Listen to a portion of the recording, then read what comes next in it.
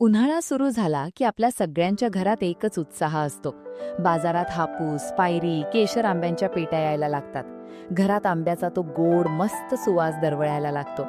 मुलं शाळेतून किंवा बाहेरून खेळून आली की त्यांचा पहिला प्रश्न असतो, आई, आज जेवणात आमरस आहे का? आपणही मोठ्या प्रेमाने आणि अगदी मायेने मुलांसाठी आंब्याचा रस काढतो.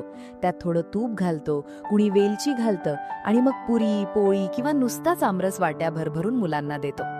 आपल्याला वाटतं आपण आपल्या मुलांना जगातला सर्वात चांगला पौष्टिक फळांचा राजा खायला घालतोय. पण थांबा, इथेच आपण एक खूप मोठी चूक करत असतो. आजचा हा व्हिडिओ तुमच्या मुलांच्या आणि तुमच्या पूर्ण कुटुंबाच्या आरोग्यासाठी खूप महत्त्वाचा आहे. कालच माझ्या सोसायटीतल्या एका मैत्रिणीच्या घरी असाच एक प्रसंग घडला. तिने दुपारी तिच्या 5 वर्षांच्या मुलाला पोटभर आमरसपुरी खाऊ घातली. संध्याकाळपर्यंत तो मुलगा अगदी व्यवस्थित खेळत होता. पण रात्री अचानक त्याच्या पोटात भयंकर दुखायला लागलं. त्याला उलट्या सुरू झाल्या. अंगावर लालसर रॅशेस आले. ती बिचारी इतकी घाबरली की रात्री 11 वाजता नवऱ्याला घेऊन डॉक्टरांकडे धावली. डॉक्टरांनी तपासल्यावर पहिला प्रश्न विचारला, दुपारी जेवणात आंब्यासोबत नक्की काय काय दिलं होतं? जेव्हा तिने जेवणाचं ताट कसं होतं हे सांगितलं तेव्हा डॉक्टरांनी डोक्याला हात लावला. त्यांनी सांगितलं की मुलाला फूड पॉयझनिंग किंवा इन्फेक्शन झालेलं नाही, तर त्याच्या पोटात विरुद्ध आहार गेल्यामुळे हे रिॲक्शन आलं आहे.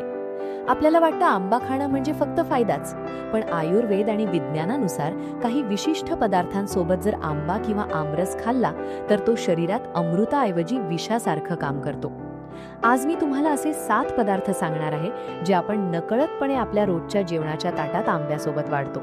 यातला 7वा पदार्थ तर असा आहे जो प्रत्येक महाराष्ट्रीयन घरात दुपारी जेवल्या झाल्यावर खाल्लाच जातो आणि तोच आंब्यासोबत खाणं सर्वात जास्त धोकादायक आहे. चला तर मग नीट समजून घेऊया की आपल्या घरातल्या ताटात आंब्यासोबत नक्की काय नसलं पाहिजे. सगळ्यात पहिली आणि सर्वात सामान्य चूक आपण करतो ती म्हणजे आंब्यासोबत किंवा आंबा खाल्ल्यावर लगेच पाणी पिणे. तुम्हीच आठवून बघा, मुलं आमरस खातात, आंब्याचा तो गोडवा घशात राहतो, मग मुलं लगेच फ्रीजमधली पाण्याची बाटली काढतात आणि गटागट पाणी पितात.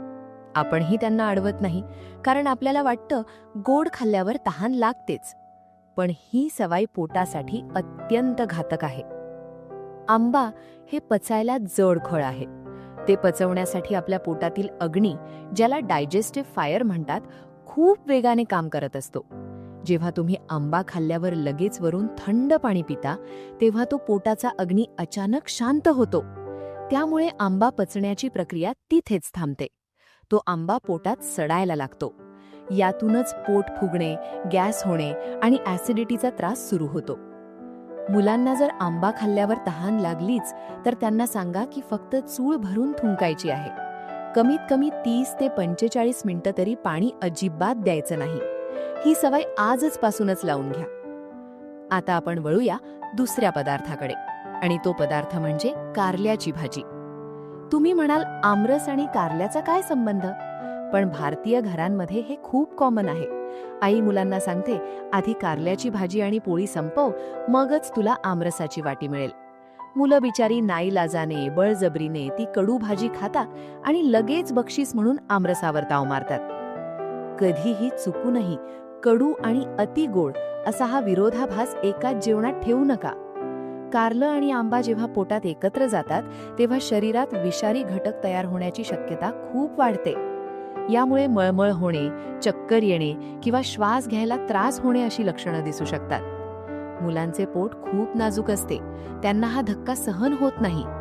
ज्या दिवशी घरात आमरस बनवाल त्या दिवशी शक्यतो साधी बटाट्याची किंवा भेंडीची भाजी बनवा. कारलं त्या दिवशी टाळलेलंच बरं. तिसरी गोष्ट आहे दही.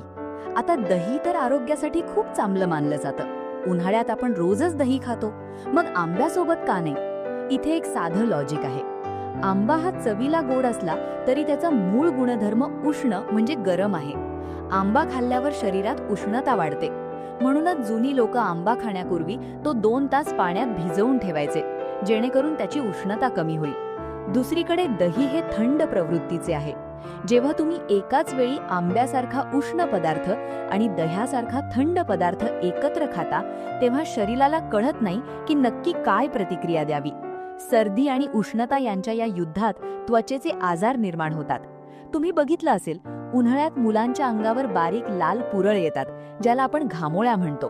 पण बऱ्याचदा त्या घामोळ्या नसून अशा चुकीच्या अन्न संयोजनामुळे आलेले स्किन रॅशेस असतात. त्यामुळे आमरसपुरीच्या जेवणात चुकूनही दह्याची वाटी ठेवू नका. चौथी गोष्ट म्हणजे मसालेदार आणि अति तिखट जेवण. रविवारी आपल्या घरात बऱ्याचदा मिसळ, मटण, चिकन किंवा अगदी झणझणीत ठेचा असा बेत असतो आणि जेवण झाल्यावर गोड म्हणून आपण आमरस खातो. मसालेदार जेवण पचवण्यासाठी आधीच पोटाला खूप मेहनत करावी लागते.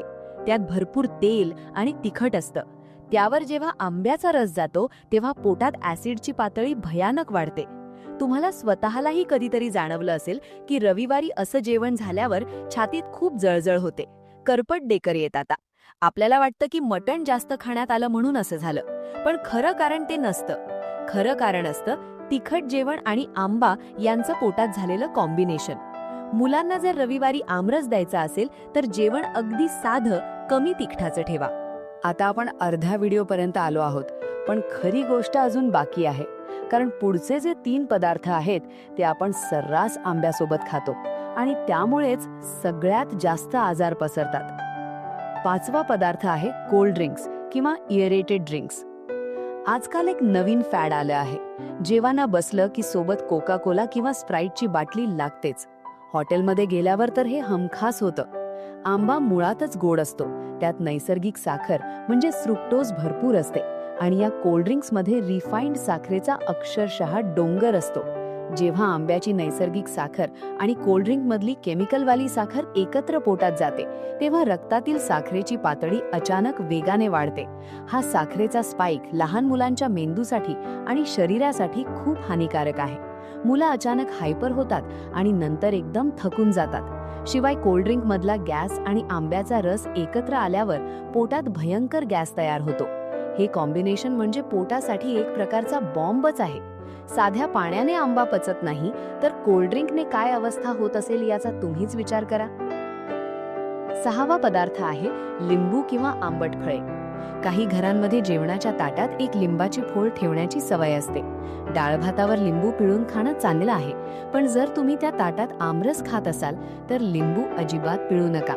आंबा आणि लिंबू किंवा आंबा आणि संत्री हे एकत्र खाऊ नयेत. यामुळे शरीरातील पित्त दोष पूर्णपणे बिघडतो. आणि आता तो 7वा पदार्थ ज्याची मी सुरुवातीला चर्चा केली होती. हा असा पदार्थ आहे जो प्रत्येक घरात खाल्ला जातो. तो पदार्थ आहे दूध आणि दुधाचे प्रकार. तुम्ही लगेच म्हणाल, अहो प्रियाताई हे काय सांगताय, मँगो शेक तर जगातली सगळ्यात भारी गोष्ट आहे. आम्ही तर मुलांना रोज दूध आणि आंबा एकत्र करून मँगो शेक देतो, त्यात काय चुकीचं आहे? इथेच खरी मेख आहे. आयुर्वेद सांगतं की गोड आणि पूर्ण पिकलेला आंबा दुधासोबत चालतो. पण आजकाल बाजारात जे आंबे मिळतात ते कार्बाइड किंवा इतर रसायनं वापरून पिकवलेले असतात. ते बाहेरून पिवळे धमक दिसतात पण आतून थोडे आंबट असतात. जेव्हा तुम्ही थोडा जरी आंबट असलेला आंबा दुधासोबत मिक्स करता तेव्हा ते दूध फाटल्यासारखं होतं. आंबट फळे आणि दूध हे जगातले सगळ्यात वाईट कॉम्बिनेशन आहे.